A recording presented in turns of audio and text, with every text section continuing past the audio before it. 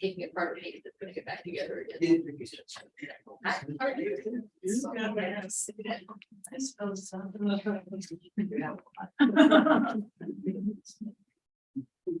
Vocal cords with your Yes. She's saying really loud. Well, hello, everybody. Greetings and salutations to you. In the rarest of treats, you get the double meat. The cheese, double meat and doubly cheesy. We welcome y'all and those of you who are joining us online or watching the YouTube version later. We're glad that you're here. I'm going to go through some housekeeping notes real quick, and that is that for next week we're skipping chapter 5 and we're going to cover chapter 6, and then we'll come back to chapter 5. Okay, so take note of that. I mean, you're welcome to read sequentially, but next week we're going to cover chapter 6. If you only get one chapter in, cover that one. So emailed out handouts this morning. We'll cover that and talk more about that here in a little bit. And with that, let's open with prayer. Healer God, whose church predates the doctrines of white supremacy by more than 1,000 years, empower us with words and wisdom to confront all racial divisions sown by colonizers and cultural elites. Teach us alongside all your saints to remember our people, all people in our bones, to stitch their hymns and heritage into our hearts. Help us each to reconnect with the cultural heritage that birthed us instead of the violent racial categories into which we have been forced. Amen.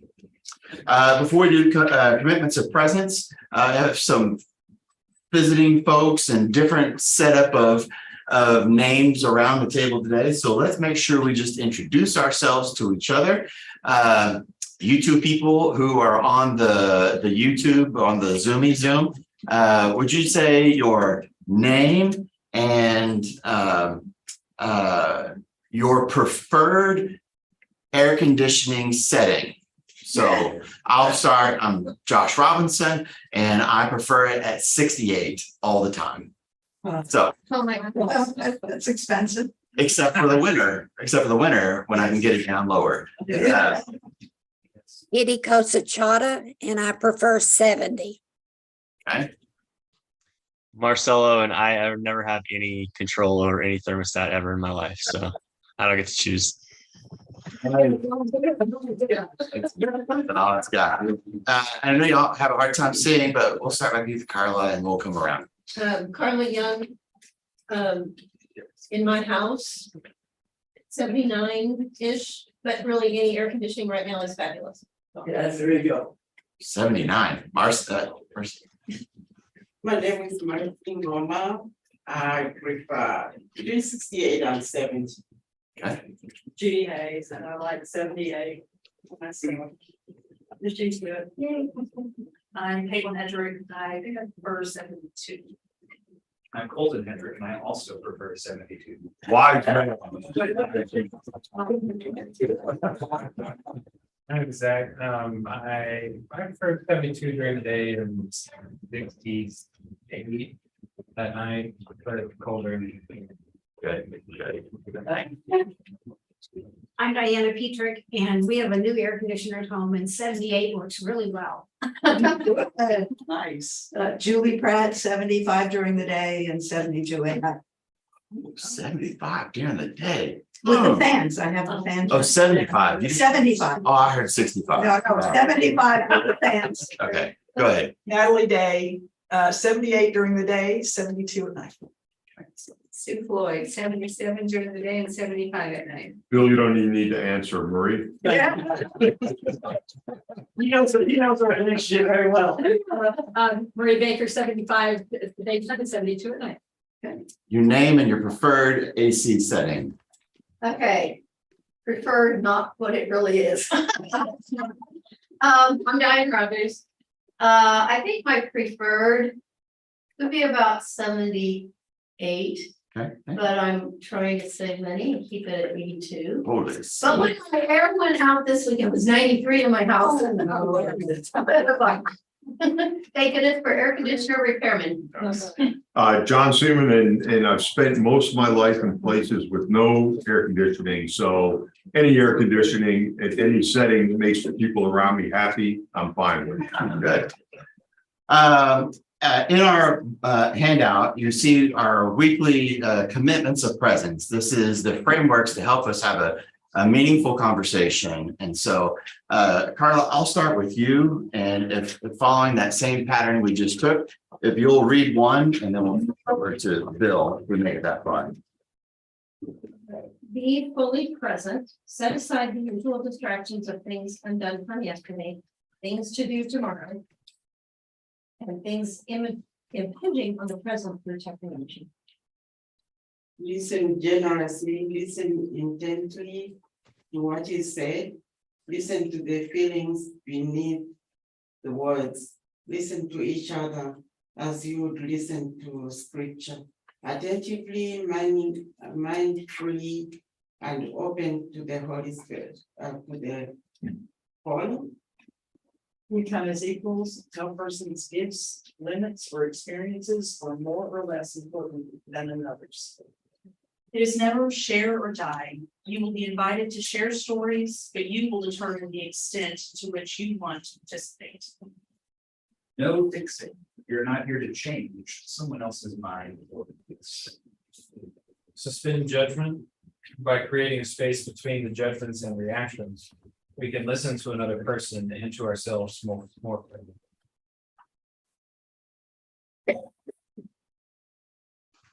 Turn to wonder. If you find yourself becoming judgmental or cynical, try turning to wonder. I wonder what my reaction teaches me. I wonder what they are feeling right now. Practice confidentiality here. What is said here stays here, but what is learned here goes out. Welcome discomfort and dislocation. Move against an instinct to construct a mental space of safety or to check out. Love the questions themselves. Let your questions linger. Release the compulsion to answer them or to have them answered. Wonderful, wonderful.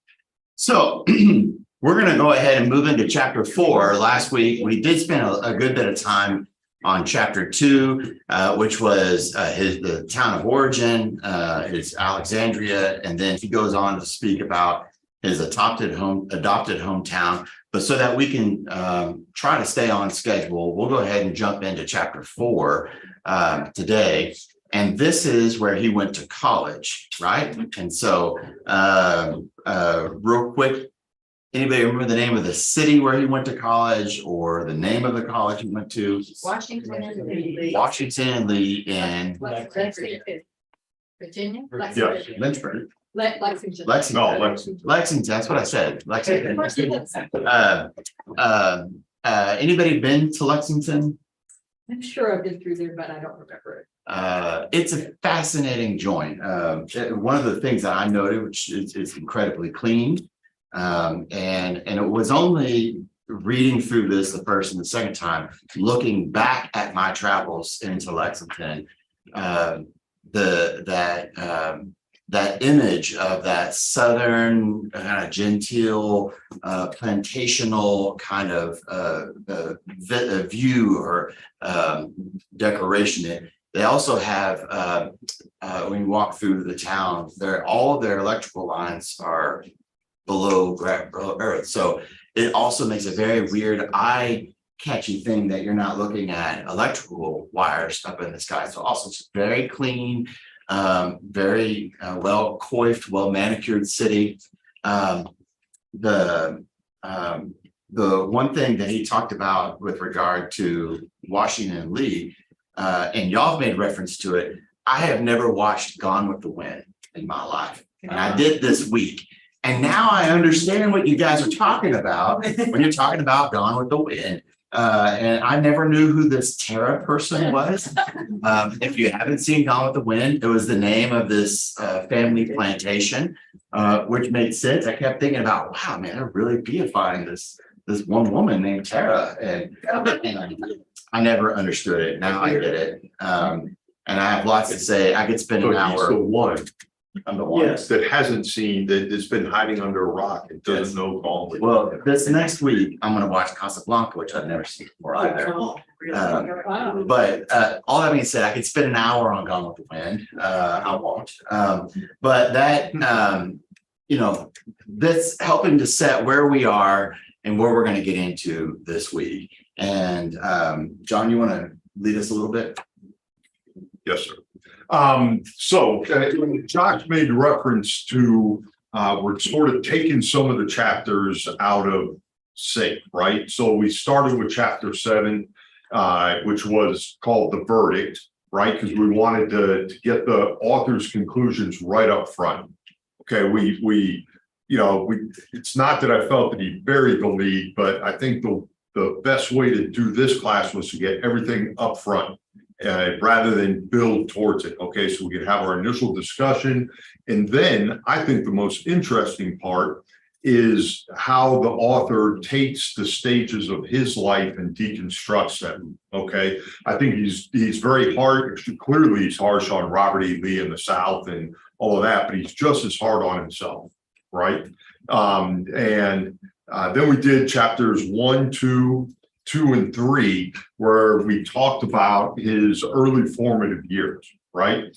Now we're going to do chapter 4, which is called My College, the Shrine of the Lost Cause. Okay. Anybody remember what chapters 2 and 3 were called? Or at least the subline. Hometowns, right? But it was my hometown, my adopted hometown, the hidden. Okay, so hidden history of slavery, hidden history of racism, things like that.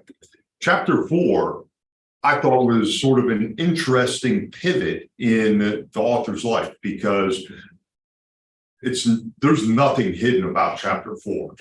Okay. So at the same time, we're now dealing with everything up front and literally on the altar. Okay. In plain view. This is also the first time in the author's life to this point where he has chosen where he wants to go and where he ends up. Okay. If you remember in the chapter talking about, I think there was a line in there that teenagers choose colleges for ridiculous reasons or irrational reasons. I think there's nothing irrational about why he chose Washington and Lee. He's very upfront from pretty much the opening paragraph of the book that all he wanted to be was a Southern gentleman. He didn't even want to be in the military.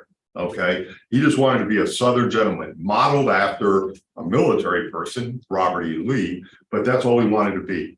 And so when his father took him on a college trip, like most of us either went on or had taken our kids on, he went on the college tour. He met with, the archetypical student. I mean, those are the kind that the colleges put out there to take the kids on the tour, and he talks about how he was dressed, how the guy taught and everything. And he said at that point, he knew Washington and Lee was the place for him. Right. And so he made up his mind and he told his father, this is the place for me. Okay. As an aside, and that's not irrational. Okay. In his mind, as an aside, I had that exact same experience when I went on a college visit with my mother. Okay. She had planned this thing. My family's from the East Coast, specifically the Northeast. My mom went to Vassar and Cornell. My dad went to Colgate and Columbia. All of their brothers and sisters all educated up in the Northeast. And so we were flying into New York City, renting a car, driving to Columbia, then working our way up the East Coast and going to end up at Dartmouth, which is where she really wanted me to go. Okay, I was recruited to play soccer there. She thought it was a nice, safe place. If you know anything about Dartmouth, it's way out in the woods. You can't get into any trouble there. Except river. Right, exactly. I mean, you can't get into any trouble there, except That's Delta House in Animal House is supposedly modeled after Alpha Delta fraternity at Dartmouth, right? I was supposed to go there with my best friend from high school and everything, but we had a relative, cousin that lived across the Hudson River in Fishkill from West Point. So we're just supposed to go up there and I ended up, we're just supposed to stop and drive through and more as a tour thing than looking at it. I ended up spending the night going to classes, eating the mess hall, everything. Came out, I was like, Mom, cancel the trip. I know where I'm going. And we still went on the trip, but I felt this is a place, I gotta try. And from basically the first day there, I was too lazy to ever just quit or resign and go do something else. And so eventually retired. But that resonated with me. That part where he shows up at the school and, I think he saw this as a culmination of his goals and objectives, for the formative years of his. Yeah, he liked the guy's tie. Oh, yeah, the tie and how he called the blazer, how bucolic the place looked, everything, right? That's the word I was looking Yep, for. yeah. Bucolic. But literally nothing hidden on this campus about Lee, the South, anything. And Josh printed out a couple of packets and we'll get to those shortly. But I went through and I just wanted to bring up a couple of some of the key phrases that I had highlighted in the book and as a way of, I think, getting inside our heads, and then we can use those as a point of departure for discussion.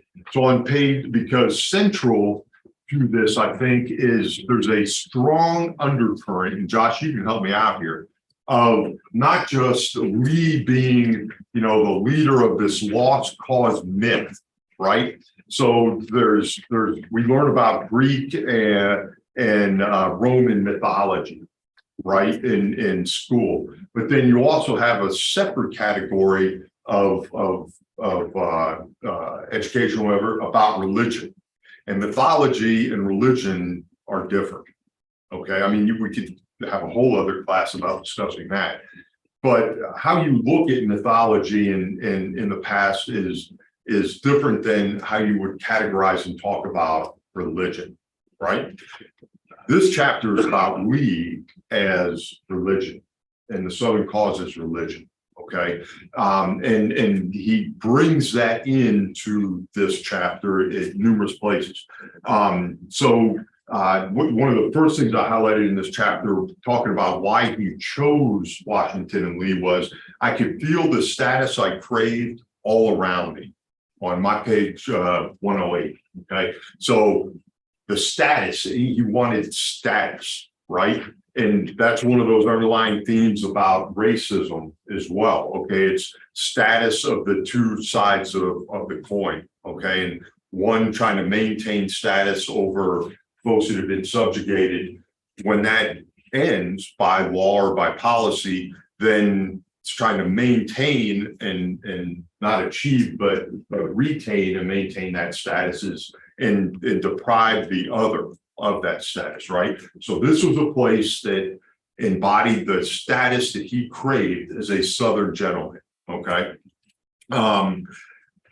You talked about, then the book goes into a lot about, how did we even end up here as a president, right? So, and he sort of goes into why it was logical for Lee to do it, okay?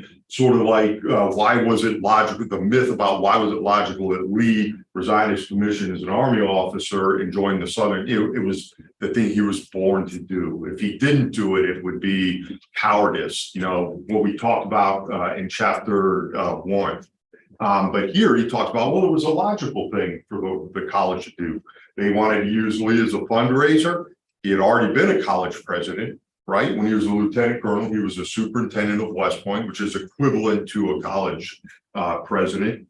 But he also leaves in some indications that really Lee didn't really have much else to do. What he probably really would have preferred to have done is gone back up to the family house, Custis up in Arlington, the Custis plantation, right? But anybody remember what happened to it? Right? It was confiscated and used as a military cemetery for the casualties from the Civil War. It's now Arlington National Cemetery. And the mansion is still up there, Lee Custis Mansion. Yeah, because you get this, you could get the feeling that he couldn't go back. Yep. Yeah, he couldn't go back. Yeah. Yeah, no, it was not. Now see. Diane. And that is the same family that George Washington's wife, Martha Custis came from. Yes. No, I mean, they're all intertwined. And there's that part of, in Lee, I think, even though he writes in there, that he wrote that it was the duty, quote, the duty of every citizen to do all in his or her power to aid in the restoration of peace and harmony. Okay. But there's also a salary back then, $3,000 a year, which is substantial. It was in the heartland of Virginia. Okay, Lexington is second only at that point to Richmond in importance to South. Primarily why?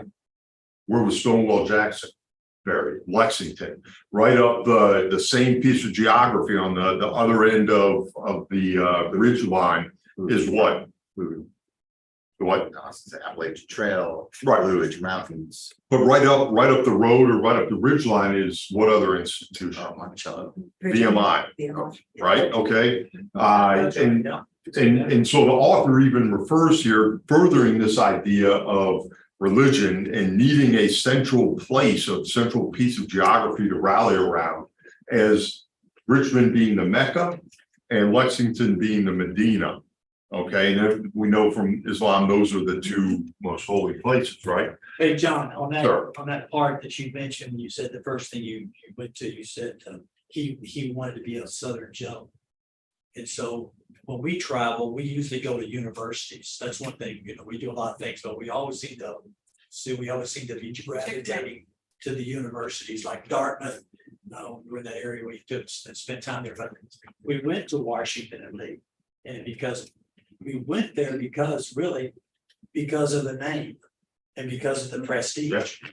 And we went there, and I would say that he wanted to be a Southern gentleman. Let me tell you, that I remember telling Sue when I got there, saw the columns, saw the university, toured the university. The grass, the lawn in front of this place, guys, is massive. And he does mention about something about the lawn, I think but it is massive. And it's just like, I thought, good grief, look at the lawn, look at the manic. And so a Southern gentleman, if he wanted to be that, because I was feeling, man, this is just like beyond anything. So it's like a plantation, and it just, whoever designed it, it worked. Because there's been, on the side of those green lawns, there was those big white columns. And you go, man, this is a mecca here, this is like, very prestigious. So when I remember reading, I want to be a Southern gentleman. Yeah, I meet this guy, he's got all the stuff. Oh, by the way, look where I'm standing today, look where I'm sitting today. I mean, that's the ultimate, I would think, for a Southerner. If you can go to Washington Lee, I would think, yeah, you're hearing the songs when you're growing up from your daddy. He's talking stuff, and he's got Confederate flags. I mean, Absolutely. Yeah. And you're there. Yeah. and then maybe not central to the geography or layout of the school, but clearly the what's the right word? The purpose of the place is the chapel. Right, and it's set off a little bit separate, right? Yeah. But in the book here, it talks about after Lee died and was interred there was no Christian denomination held regular worship services in Lee Chapel. And he said, but the chapel worshipped another religion, that of Robert E. Lee. Okay, and so then we depart and to the point where further down it talks about when VMI cadets, remember VMI is just up the road, and so they share a lot of stuff with the college. VMI cadets walked by and saluted the building, a tradition that continues today. Although today, in terms of when this book was written, that may not be continuing today. And was that talking about the chapel? Yes. Specifically? Yep. Wow. Absolutely.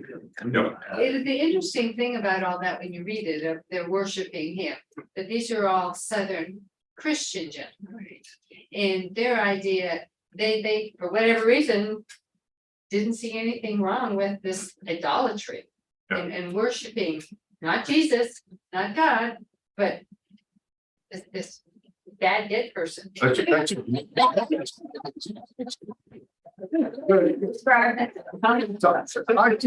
could not have said it better. I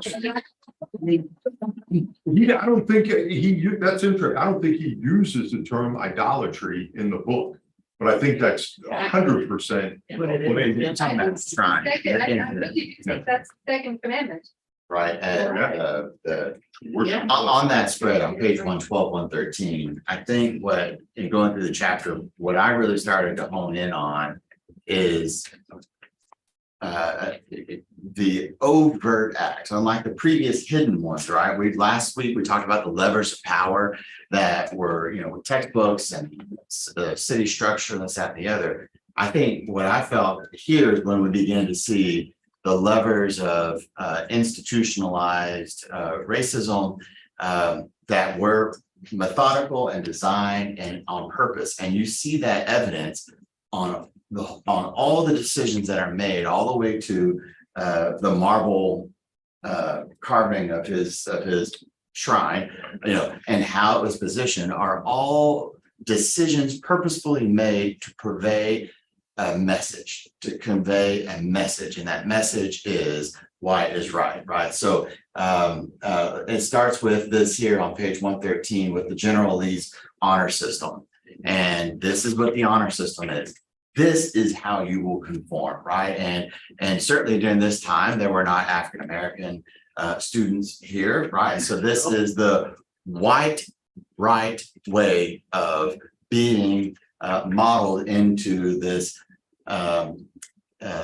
Southern power that you will then carry off. I mean, if it is the Medina, right, this is where we're going to, the Southern power elite is going to come, get its formative training, learn what it means to be not only Southern generals, but obey and live obediently to General Lee's honor system, and then carry it out in your life back into your Southern settings where you will go and return. And this is the beginning of where I think we're going to see in going the rest of the chapter. How is it that not only do we, revere, honor, and idolize a bad dead dude, but also keep alive the religion of Lee, and we're doing it through this honor, this code in which you live by, and that you got to salute as you walk by, all of the thick richness of this idolatrous religion and tradition as we go on through. So I'm glad you brought up the honor code, Lee's honor code, right? Because remember, he was the superintendent of West Point. And West Point there's many things over the years that have changed at the academies, right? Uniforms, a lot of the regulations, how the freshmen are treated or not treated. But the one thing that's constant, and the mission has changed over time. I remember the mission of West Point from when I was there: educate, train, and inspire the Corps cadets to a lifetime of service to the nation. That's it. But before that, it was lifetime of military service. Now it's something else. I don't know. But even the missions change. What hasn't changed at West Point is the honor code. A cadet will not lie, cheat, nor steal, nor tolerate those who do. Very specific. I mean, that's as black and white as you can get it. And Lee was the superintendent there, so he knew that. What is Lee's honor code? Okay. No black and white, only gray, no pun intended. We have but one rule, that every student must be a gentleman. What's a gentleman? What's lying? What's cheating? What's stealing? What's tolerating? Meaning knowing that somebody else has done that and not turn them in. Okay, black and white. What's a gentleman? Especially in the South, right? So I wanted to go through a little bit more text here and then depart with some discussion, talking about this whole idea of Lee being the center point of this Southern religion that Josh also talked about. And this is on page, my book 116. Says, when I attended Washington Lee, the chapel made no mention of slavery or racial violence, right? And that's in keeping with pretty much everything else that the authors talked to at this point. And this gets now into what type of person are they targeting? Okay, these are not the stereotypical Johnny Rebel in the trenches, you know, the lower class, the poor people, things like that, okay? This isn't the Klan, okay? It says Lee Chapel wasn't the Klan stronghold. No, that was too déclassé. Here trod the power elite of the white Southern ruling class, a more important part of the system of white supremacy in a way than the Klan. And I was happy to be a part of it. Okay? I was happy to be a part of it. I had walked into white Southern aristocratic stronghold, yet many of my classmates were from the North. Clearly, the Lee mystique held firm for the entire nation. Implication being there that nobody ended up at Washington and Lee by mistake. You didn't show up there from Chicago going, I just don't want a good liberal arts education in a small school in middle Virginia. No, you went there because of Washington and Lee, okay? The chapel was missing most of the elements I knew belonged in a place of worship, and I knew my way around a church. When I looked at the sanctuary of Lee Chapel, I saw the altar, the holy table. Remember, you know, this do in remembrance of me. Except that on the top of that table lay Robert E. Lee's statue. Okay, the repose, Lee in repose. The Lee monuments, okay, so that is, you know, he's setting the scene for this, not only is a continuation of the myth, but the central part of the myth as religion. Lee as Christ, you know, the Holy Spirit, God, and Christ all rolled into one. Okay. Now, a couple other times in the book, the author is done sort of like we do here this morning, jokingly, used his wife as a foil to his own point of view. Okay. So I want to go jump ahead here and bring her into it. Okay. Talking about the first time he took his family, his kids and his wife, to Washington and Lee. They went into this place that the author, you know, went there and held in reverence, okay, as a student there. And this is what his wife does. Page 120. 121 in my book. We then went up and looked inside the chapel. Sherry's wife face went ashen. Oh my God, this is awful. What is? I answered, feeling defensive. It was like our first date all over again. Sherry would upbraid me for my southern gentleman upbringing. Lee is the altar, she gasped. Get me out of here. Okay. So something that, again, to the disinterested, educated, aware observer is completely wrong. Okay. But again, if you are the author who has by now traced his upbringing, you know, and a couple things that he said, you know, the hidden nature of it, the pervasiveness of it, which is sort of a dichotomy, right? How can something be so pervasive in your face, but still hidden? Okay, that's a true beauty.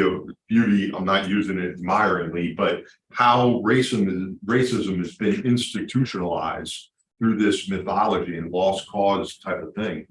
You know, he's a victim of that, and he realized that if I had only known how bad slavery was, you know, how much is it buried and endemic in our society still today, you know. And then he says when he finally realizes that, after he has his PhD in history and has purposefully studied this stuff, then he says, I was pissed. Okay, but his wife walks in, immediately sees it. Immediately. Okay. So I just want to add a couple of things. One, I emailed everybody I have emails for, 2 handouts and a second email this morning. So, but for those of you who are here, I printed out just 2 packets of photos, one for this side of the room, one for that side of the room. And these are generally some photos of Lee Chapel, both the exterior, the interior, get closer up to the altar, the Lee altar, the recumbent. And from both sides of the recumbent marble, the recumbent Lee, so you can see how his body was positioned. And thinking about Mary Lee and again, back to every decision was made with a purpose. And wanted the left hand on the saber, wanted his legs crossed, and the shroud, and all of these little things had artistic specifications and meanings, and then the way in which the room itself was built around it. And then below that was not only the family mausoleum for Lee, but also his office. And what I put in a side by side on the pictures there is the office as it is now, with a picture of with an artist rendering that had never been changed and still has not been changed to this day. And then I added in a couple other pictures that in these last 5 to 7 years, that not only have they removed the Confederate flags, but there are plans on the remodeling of chapel, of the Lee Chapel, that will wall off the altar area, remove the pictures, the artist pictures of Washington and Lee, and make it look more, in my opinion, make it look more as an auditorium, or what could be used as a lecture hall, but to in some ways heal from the generational after generation after generational conveying of racism, the embracing of race, the unquestioned nature of the symbology that you're seeing when you go into this space. The second article that I emailed in addition to that was an excerpt from a paper I had written about All Saints Episcopal Church downtown. It's across the street from Austin Seminary, and in that. And you should go in. Colton and Caitlin live across the street they live at the seminary. Y'all should go visit it someday during the afternoon. It is an incredibly dark sanctuary. The only light that can come in is from a stained glass window on all 4 sides of it. And they're very thick, so it's just a very dark place. But the light, it's illuminated very well. And the stained glass does what it does, tells a story. But at the altar window, the stained glass window behind the altar, behind the Lord's table, there was the commemoration of Robert E. Lee on trigger with his Confederate flag. And until just 5 to 10 years ago, the church then made the decision, after consulting with researchers from UT, professors and whatnot, they decided to remove just that one window frame. And that is the only spot where clear light comes into that sanctuary, which I find to be redeeming, much like covering over the altar space there at Lee Chapel. So I give those to you as for your own edification. You're welcome to ask questions about them. They actually changed the name from Lee Chapel. So like the same time that the Board of Trustees announced that they were doing all the renovations, they changed it from Lee Chapel to University Chapel as well. So they just removed his name. There you go. The final thing I'll mention, and I wish he had more citations on this from this chapel. I'm on page 118 at the very bottom, last paragraph. The recumbent Lee conformed to his widow's specifications. Lee himself made clear that he wanted no monuments created or battlefields saved. And I wish that he had a citation on that. I feel like that's something that would be helpful to elevate as one's own wishes. What are your thoughts? So my thought is that when I read that, it sounded a lot like to me, like, would someone rid me of this troublesome priest? Right? So Lee could say, I don't want any monuments or anything like that, knowing full well there were going to be thousands of monuments. Okay. That's how I felt. Yeah. Well, anyway, I think what I appreciate in this chapter, and I love about our relationship here, is coming at this from the theological religious side.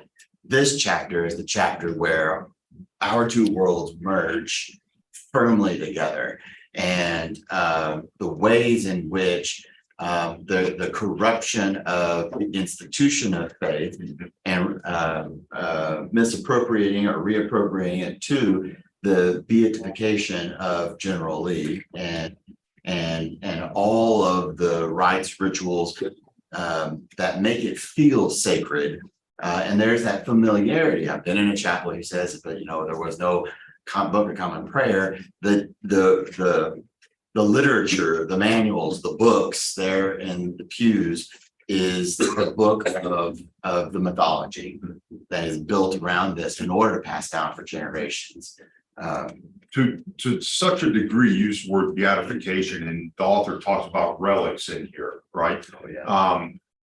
To the degree that what else is there and brought into the chapel over a period of time?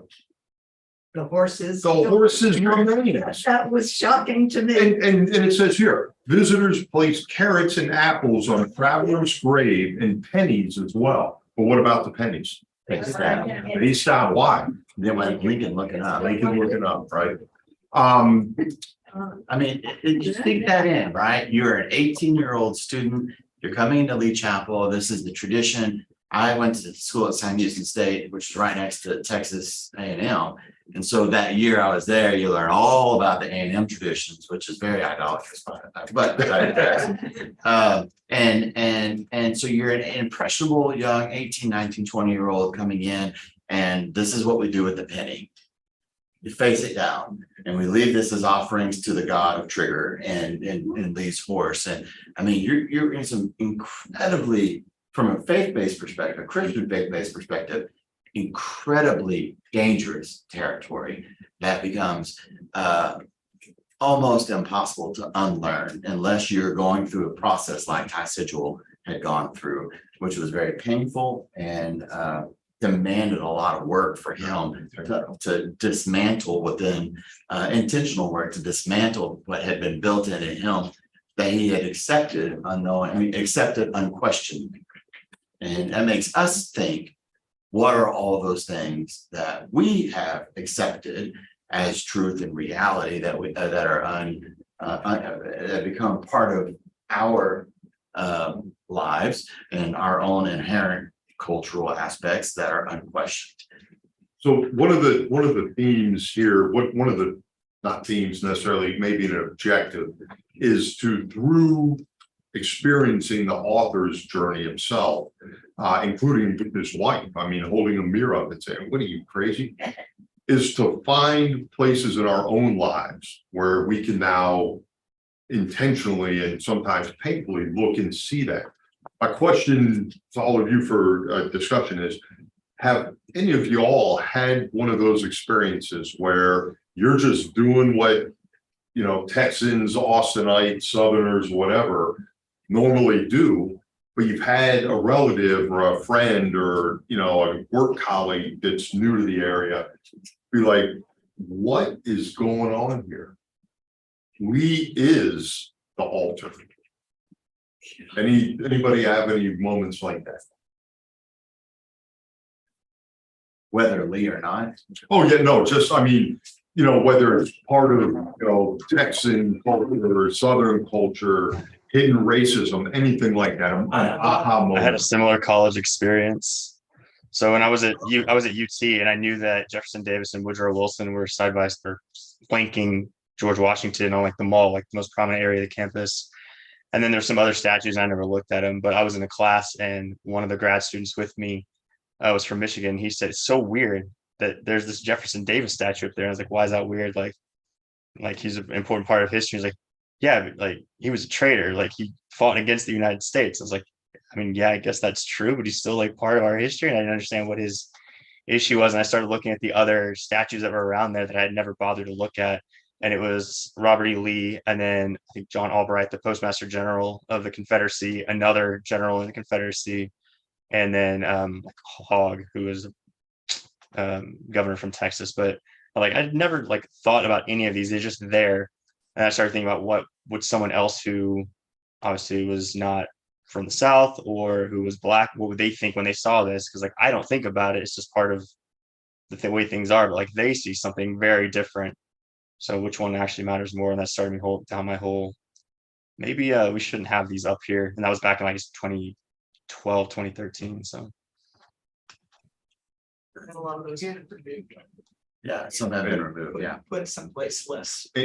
Anybody else have anything, any aha moments or? I kind of go back to. Once again, being in school in Tennessee and Chattanooga area, coming from South Texas. I remember sort of talking about learned behavior, and then I read this. And then there's one comment he makes here on page 142. He says, I believe Robert E. Lee was a patriotic American who died and did his duty. Every part, my glasses, every part of my I've got no, of course, I think I have glasses, okay. I believe Robert E. Lee was a patriotic American who did his duty. Every part of my understanding led me to that conclusion. Every part of my understanding. The other part of my understanding, my father again, reading me the stories, singing the songs. I saw that in guys that I would associate with, or that I was associated with, because I went to college there, I spent another year, so I spent 5 years there. And that is the South. There's no deviation. All the battlefields, and we visit all the battlefields around Chattanooga, the Battle of Lookout Mountain. You would know that the South lost. You would never know. Would know it, because they never talk about losing. It's never about losing. It's what the South did here, and then you think they won the battle, but it's the behavior of the families and the people. It's all about this. It's a way of life, and so to me, when we're all the way back to when we started class, you got it. We seem to be struggling. Well, why does this happen? Why does this happen? I'm keeping thinking, guys, like again, a no-brainer. It's, and even more so now since reading the book, that's how it works. You mentioned that that's aristocratic level. It's not clan. So you've got clan working it, right? You've got that level working it. You've got the top guys that have the banks, that have the law firms. Yeah. Those are the guys that Washington lead. They're your fraternity boys. They don't, excuse me, they've got their own way of being fraternity brothers. But that's those guys. So you've got every layer of society, all the way from the top to the bottom. Well, when I, So, yeah. that is key, because when I go to a foreign military, right? And we bring in a process, we say you institutionalize this, and you write it in your upper policy all the way down to your entry level schooling. And so when you say, I mean, that's the nature of all the levels. I saw somebody saying that. Well, I think it's very hard to have aha moments because, like we're saying, it is so ingrained in us as a way of life, whether it be the Southern way of life or just American way of life, American culture, that it's kind of hard to question it. I mean, there's things we do every day, and what movies we watch, TV shows, sports with kids, the things we're all involved in. It's so much part of our culture, we don't question it. And I remember teaching 5th grade US history, and so many times the kids would say, how could these people have slaves? And I said, it was their way of life. You're born on a plantation and the slaves are there. You don't question it. Do you question going to your soccer game or your baseball game? Do you question in the TV shows that y'all watch, and I think so many things in our culture, we don't question it, just that's the way it is. I think the part of the learning to experience the aha in the questioning, as in the sense of trying to hone in on the question of, I wonder why they made that decision, is a common refrain. So when I go to the Blanton and I'm looking at the art and I'm saying, I wonder why the artist chose to stroke it this way versus that way. I'm wondering why the artist decided to use this versus that. My aha, the biggest one that struck me upside the head and derailed me was walking on the Texas State Capitol grounds So, and asking that question, why did they choose that? Why did they choose that at every monument on Texas State Capitol grounds? And I encourage you to go for a walking tour, and I'm happy to go with you because I think it'd be fun. But everyone who's holding a gun or a cannon is facing in what direction? South. Facing south towards Mexico. Where are there are two monuments, one for Hispanic Americans and one for African Americans. And where are they located? What part of the campus? Anybody know or remember? I'm guessing the north side. They're on the south. They're at the very edge of the very southern part of the campus. So all of this white marble or white granite with guns and cannons are all facing towards this. There's only one monument area there that is different from the other, and I think it's only because it's only in the last 10 years where they built a monument for fallen police officers. But otherwise, pretty much everything is militaristic, it's aggressive, it's defending, and most of it points towards Mexico. And I ask myself, why did we make these decisions this way? Turn back on the north.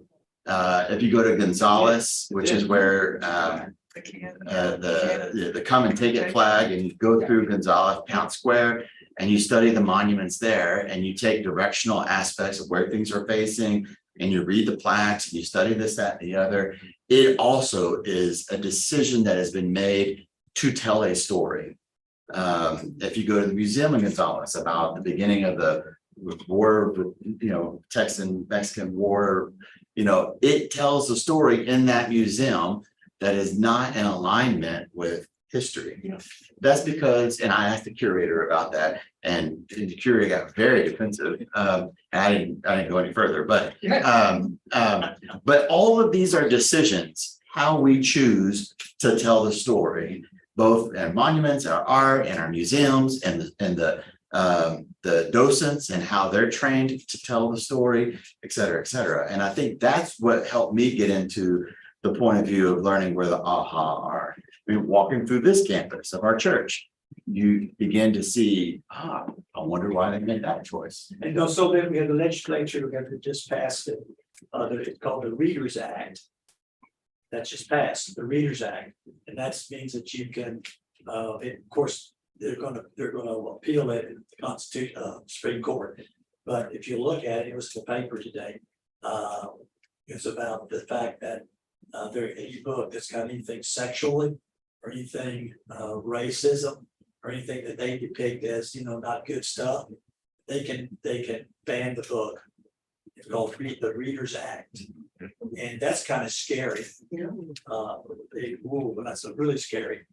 So that kind of goes along with the story that you want to tell the people in power. Well, now, wait a minute, I got to tell my story.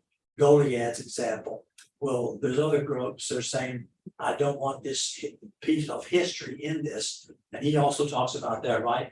Who decides what we're going to read? These are the politicians. This the author says it's the legislature that tells us what we're going to do. Who's telling us what we can read? And he said, I'm going to read it all. All right, I'm one of the judge for my reading as an individual. I don't want you to tell me what I can and can't read. That's a PhD in history for you. Yeah, right? yeah. When he was growing up, he was perfectly okay with going along with what the Daughters of the Confederacy thought were acceptable for him to know. Well, I don't know, Sue, I agree, but I'm not sure that I would phrase it as he was perfectly all right with going along, because I don't think he had a choice. Well, yes, he did, because he grew up in the church. He grew up in the church.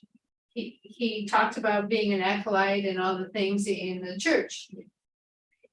He knows that's not what we learn in the church, but he accepted. That's okay, because he said in the beginning chapter, I'd have given Jesus a 5 out of 10, but I give Robert E. Lee 11. So that was a conscious choice of his to say, I think that Robert E. Lee has more relevance to my life than Jesus. You say that, but there are churches like the one down the road that I won't name that my parents go to, where they had literal military people rappelling from the rafters on the 4th of July and all the military people with guns on the stage.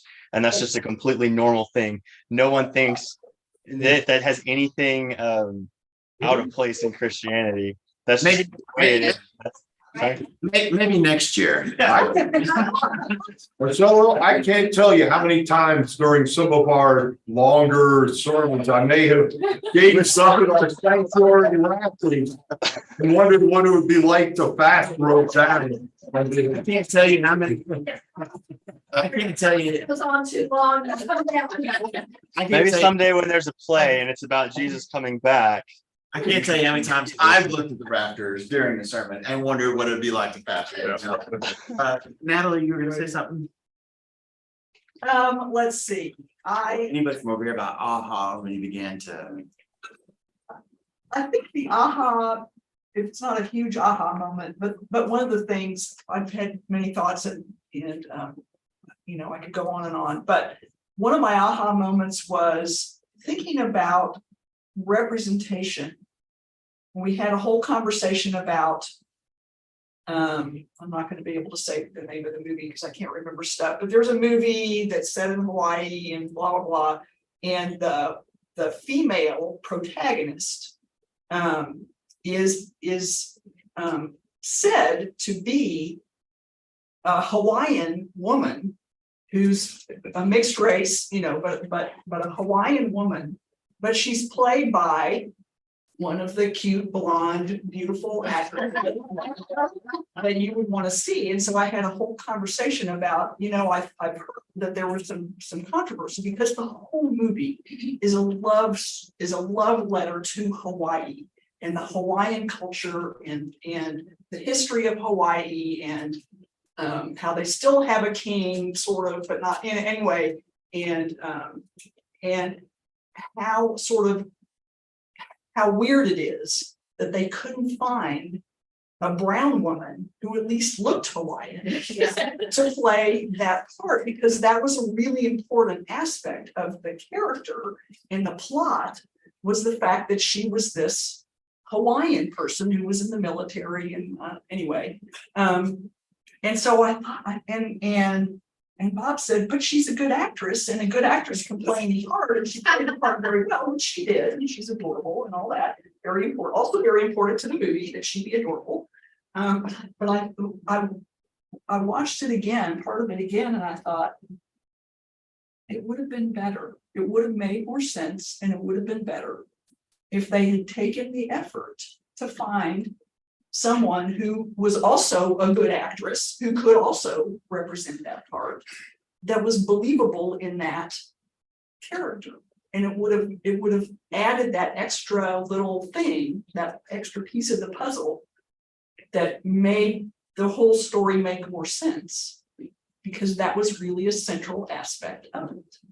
And so I started thinking more and more about, you know, there's lots of great, very talented actors out there and actresses out there.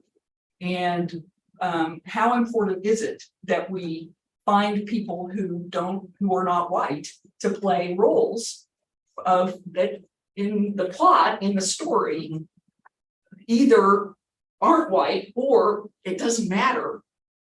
And I think, and the more I think about it, the more I think, are there a lot of talented people out there?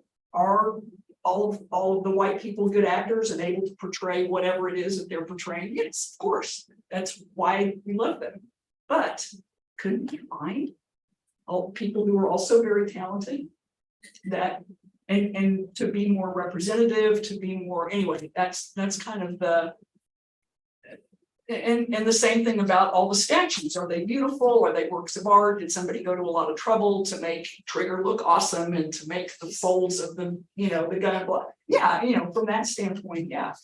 But there's another aspect of it, which way they were facing. And that was my just now aha moment, is the fact that they're facing south. Really? Now I'm gonna have to go back and I didn't even realize that. Yeah, all the capitals in south, every one of the state capitals in south faces south, and all of them. Because like Sue said, turn your back to the north. Yeah. Absolutely. Wow. So if you think about the other question that you might ask there with like in film and how things are portrayed is, can we not find an actor, of the right ethnicity, et cetera? The converse, what would be the impact if we don't? what was his name? Billingsley, the Sir English actor who played Mahatma Gandhi.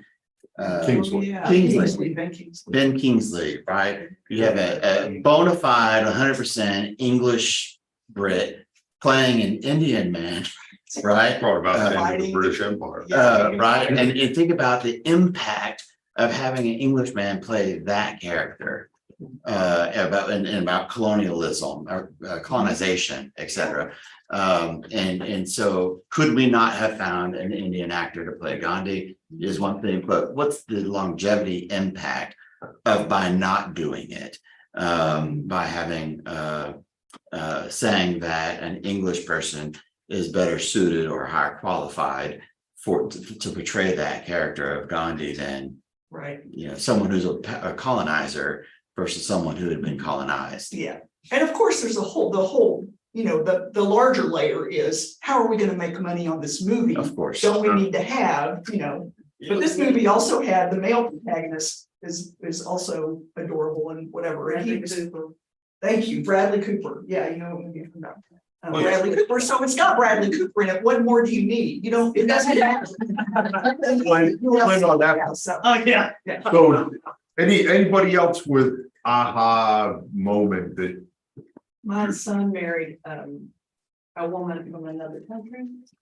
And the other day she said to me, Mom, you're treating me differently than you treat other people. You introduced me as my Vietnamese daughter-in-law. Just introduced me as your daughter-in-law. Oh, wow. It was a real aha. Yeah. And touch your name again. Zach. Zach. We read another book a little while ago. I say we, me and Colton read another book a little while ago, and it talked about the socialization of racism, like especially in white communities, how they insulate themselves, right? And I remember reading about the language that we use that we don't realize has socialized racism backing it up, like the good part of town or the bad part of town. We moved there because they had good schools. Yeah. Because they have good test scores. Because Pull that people onion there back. have privilege, people there, and then you start peeling it back, and that was a huge aha for me, because my wife and I, we had bought a house in what my parents urged me was the bad part of town. A few, like a year before, right? And we were looking at it, we were like, it doesn't seem bad, like there's nothing wrong with this area, but most of my neighbors are Hispanic, like that sort of thing. And then I was just thinking about like my parents being like, we really don't want you to move over there, that sort of thing. And I was like, wow, that was whiteness attempting to insulate itself. Yep. Like that was, yeah. Whenever, Good example. that's a great, and whenever I hear something like that, I'm always remembered about Chris Rock, right? Everybody knows Chris Rock, comedian, right? I'd like to know where you're going with this. The wrong side of town, right? And in different parts of town. So he said, almost every city in America has a Martin Luther King Boulevard in it, right, or street. And he said, here's a man who dedicated himself to nonviolent, resistance and movements and things like that. Where in town is usually Martin Luther King Boulevard located? In the bad part. In the bad part. And Chris Rock says, wherever you look at Martin Luther King Boulevard, there's really invariably some bad stuff happening. He used different words, right? But it's the same thing. Okay, well, you want a street named after Martin Luther King? Where are we going to put it, right? I had an aha moment when I first moved to Texas, but it was on the other side. I was the one that brought the aha. Scotty was at a baseball practice over at one of these big parks. And so I was walking around looking at some of the other stuff, I think looking for the restroom or something. And I walked on this football field, regular sized football field. And little kids, not taller than these tables, playing tackle football. And their helmets were, I mean, the kids were so small that they didn't even have helmets small enough. They had like small helmets, but they were still like running and the things bouncing on their head. And I walked by somebody that was with a video camera, one of the parents, I was like, how old are these kids? He said, well, 4 years old. I said, you're already playing tackle football? And he was like, yeah. I said, wow, I just moved here from, Virginia, DC area. And, I don't even know when they started playing football there. But then because my sister grew up playing soccer before there was like women's soccer was a big thing. And I was like, well, what do you have the girls doing? And they said, they're over there. And I looked around, 4-year-old girls doing what? Cheerleading, right? So you want to talk about like, I said, where's like girls soccer? And the guy looked at me like I had a horn. He's like, what? The attitude was like, we're lucky we're letting them be cheerleaders. So, same kind of, that's institutionalized sexism in the glass ceiling, a whole different class. Mindful of the time, I just wanted to share one thing with you, and it's not necessarily relevant to this chapter, other than there's a section of this chapter that when I was going through Instagram, and I shared this one with you, right? You know where I'm going. It brought it back because I remembered I highlighted this chapter. But before I get there, anybody else from that has been around Austin into some of the museums here, when they talked about having Robert E. Lee's office in the basement of now University Chapel, frozen in time as a memorial to Robert E. Lee. Anybody else, did that spur anybody else's memory about something around here?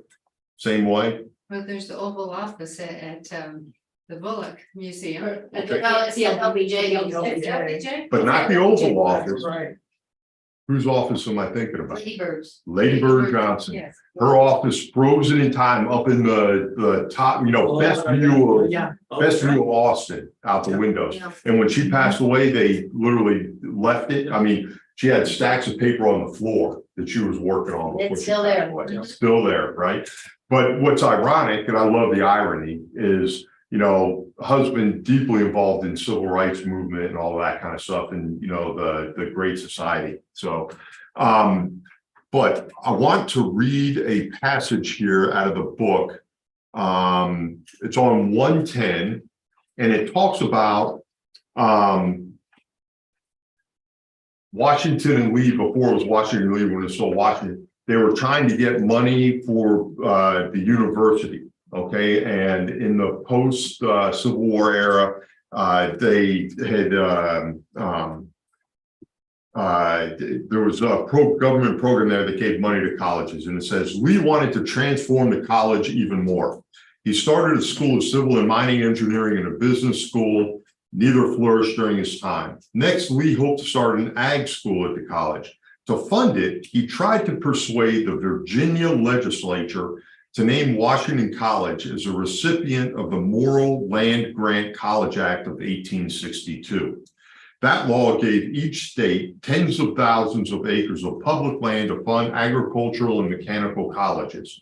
One codicil of the Civil War era law required each school that received money to teach military science as well. Congress wanted to quote unquote seed military nurseries in each state to ensure the country no longer had to rely on West Pointers, especially treasonous ones, to lead the army. So, but so the point is that ironically, Lee applied for this money, the land grant money, and was denied. Okay, the school was denied. But I want to play a lesser known speech of Martin Luther King, where he talks about how, in fact, this money was used across the United States to further institutionalize racism. Okay, so I will try and turn this up as loud as it can go. But listen how he talks about how even this program that ironically Washington College at the time was denied. Okay. I'll also try to get the hyperlink to it And I'll put it in an email to you guys. Yep, so Yeah, the let me, one that's right here, you whoops. might wanna hand it to Josh. yeah.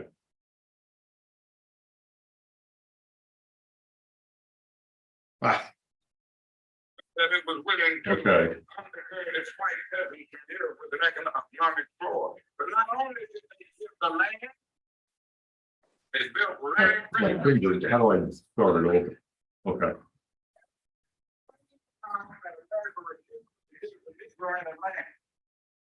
So an act of Congress, our government was giving away millions of acres of land in the West and the Midwest. It said that it was willing to undergird its white peasants from here with an economic floor. But not only did they give the land, they built land-grant colleges with government money to teach them how to farm. Not only that, they provided county agents to further their expertise in farming. Not only that, they provided low interest rates in order that they could mechanize their farm. Not only that, but people are receiving millions of dollars in federal subsidies not to farm, and they are the very people telling the black man that he ought to lift himself by his own bootstraps. Amen. This is what we are faced with. Well, And this is the reality. Now, when we come to Washington, in this campaign, we're coming to get our check. so amen. Okay. what better, example of institutional racism than for the government to fund white people that now don't have slaves to still be able to farm? That's crazy. Hey, thanks for sharing it. That's- Yeah, I never even thought That's about powerful stuff. Yep. that. That is. That's amazing. And we're blind great colleges across the whole country in all the Yeah. states. Yeah. Pretty much. Okay, on that note, we'll try to close ourselves in prayer as eloquently as Martin Luther King Or not. did, or not, right? Forget that. Well, I mean, okay, Josh, these are your words. So let's, well, give everybody a second. We'll close with corporate prayer. So saying together. Divine Lord, whose life and life saturates all. Bodies and agitated for justice. And drive us comfort to do the word of your people. Though we may face the rules of the devil, and their scars with excessive force or unjust weapons, do not let us be overcome.